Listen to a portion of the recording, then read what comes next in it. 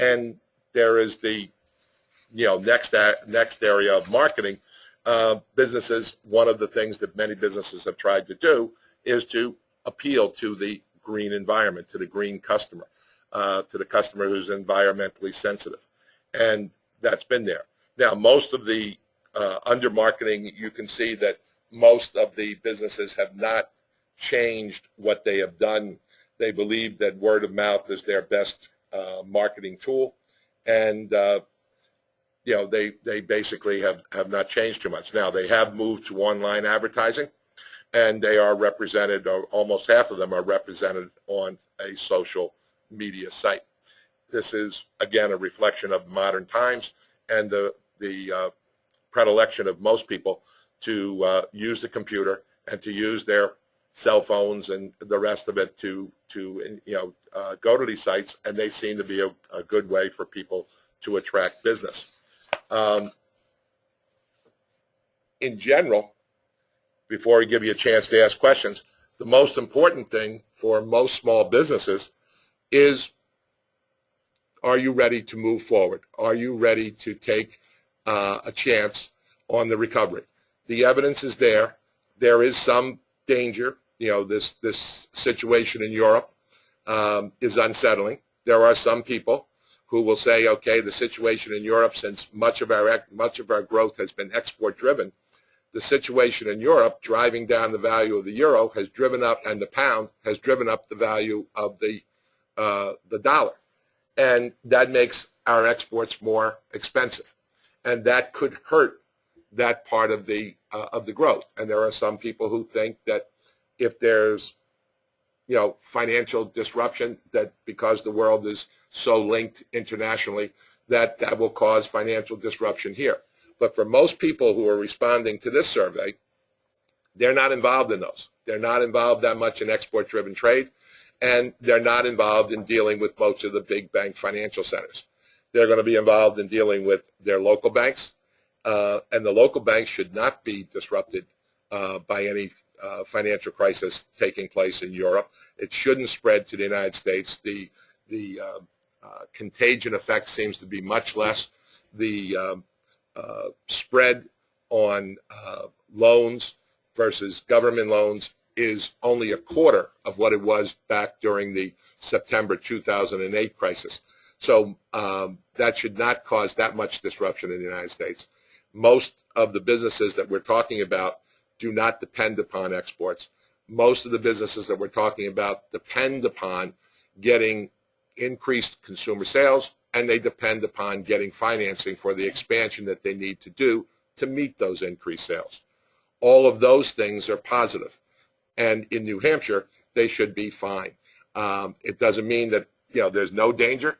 There's always a 20-25% chance that we could have a double-dip recession, but that number gets smaller as the longer we go on. The longer we proceed to grow, momentum begins to take place, consumer confidence begins to grow. You'll probably see the unemployment rate, both within the state and the nation, stay fairly high over the next several months, but employment is going to increase. There are going to be more people being hired, but one of the phenomena, the way the unemployment rate is calculated, it's the number of people who are unemployed divided by the total amount of people looking for, out there in the job force. And what happened when the unemployment rate got up to 10.2% and so on back in 2009, a lot of people just stopped looking for jobs. They weren't going to bother. So last month, even though we had many more jobs than were predicted, the unemployment rate went up from 9.7 to 9.9. That's because more people are coming back. That's actually a sign of strength. That means more people are less discouraged.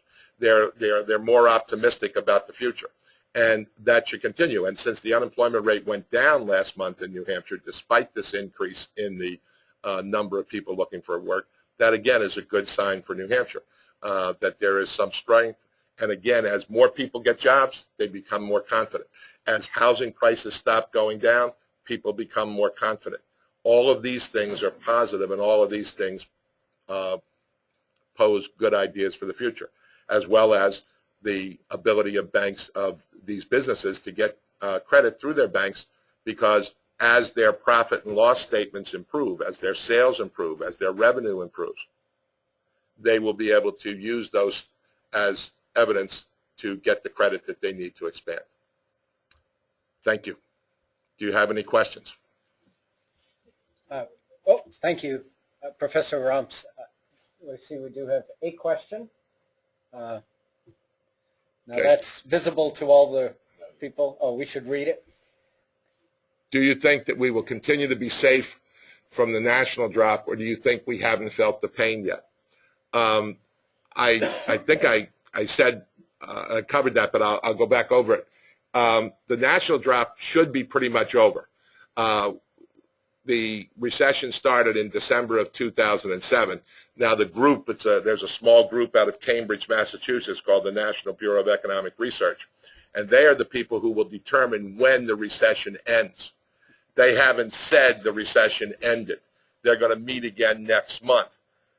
They may then say the recession ended probably in the fall, the late summer, early fall of 2009. Probably this will go down as a recession that took place from December of 2007 to, say, September or October of 2009. But the economy has still, puttered along slowly, although it did have a good fourth quarter and a reasonable first quarter. We haven't seen a lot of that. Most people look at the unemployment figures and say, oh my God, the unemployment figure is 9.9. It went up. That means the economy is still in the recession. It means the economy is still weak, but we probably are out of the recession. As far as New Hampshire goes, as I said, New Hampshire is positioned well to do at least as well as the national economy does. And so as the national economy picks up, most people before this Greece crisis hit a couple months ago, we're looking at the fourth quarter of this year maybe being something like 3.5% to 4% the last two quarters. Now, because of the problems in Greece, because of the increased value of the dollar, they're probably looking and saying, okay, we're looking at 3 to 3.5%. They took 0.5% off that growth rate. But again, that shouldn't really affect most small businesses. As the economy recovers, most of the businesses that replied to this survey and in New Hampshire should be able to recover at least as well, if not better, than the overall economy. I would think that New Hampshire, New England are probably looking at a 3.5% to 4% growth rate for the rest of this year, and probably slightly less. 2011, there'll be kind of a little bit of retrenchment, so maybe you're looking at a 3.5% growth rate for 2011. Great. Well, thank you very much. We appreciate, Professor Rumps, your participation. Hampshire First Bank takes pride in being a resource for businesses and business leaders in New Hampshire, and we look forward to this being an annual event. Oh, we have one more question. I'm sorry. Was any statistical breakdown in the study regarding what types of businesses were the most optimistic or had seen the most improvement? No, there wasn't. Nope. That, it could not be obtained from the data that was there. I'm sorry. It could be. Sorry, I'm still learning the protocol of a webinar, but back to Hampshire First and our intent here. This was the first of what we expect to be an annual sampling of business and consumer sentiment, particularly for small businesses in New Hampshire, and look forward to how the data changes over time and what trends we can see from that. We also would remind you that this particular webinar will be available through our Facebook page of Hampshire First Bank. Thank you again, Professor Rumps. We appreciate you joining us and making some conclusions, and I think drawing both parallels and some distinctions between the New Hampshire business community and the national and international trends that you follow so closely. Thank you. Thank you.